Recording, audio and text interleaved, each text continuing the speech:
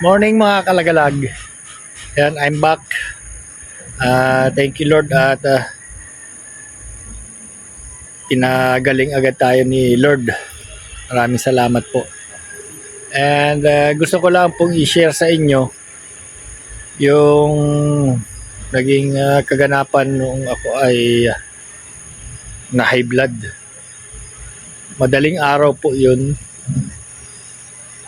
Wala kaming makuhang sasakyan dahil madaling araw. Mga kapitbahay naman natin ay tulog. Yung anak ko, tinuruan ko ng magmaneho yan. Nung bata pa, nagsimula yan sa bike. Tinuruan ko magmotor. Tinuruan ko mag-tricycle. Tinuruan ko ng mag four wheels. Kaya malaking bagay din po. Ang gusto ko lang po iparating, malaking bagay din po ang turuan natin ang ating anak. Kung ano man ang meron tayong sasakyan sa ating bahay dahil yan po ang makakatulong sa atin in case of emergency.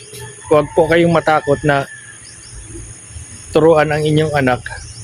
Baka kasi ang naisip ng ibang magulang ay kung saan maglalaog. Pero isipin din natin po, in case of emergency, sino ang makakapagdala agad sa atin sa pagamutan? Sa awa naman po ng Diyos ay nakarating kami ng ospital at yung anak ko ang nakapag-drive.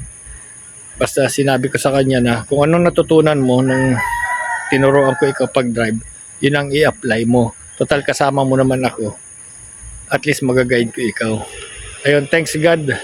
At nakarating kami ng ospital. At tayo ay natingnan doon. At maraming salamat at tayo ay pinalakas agad ni Lord.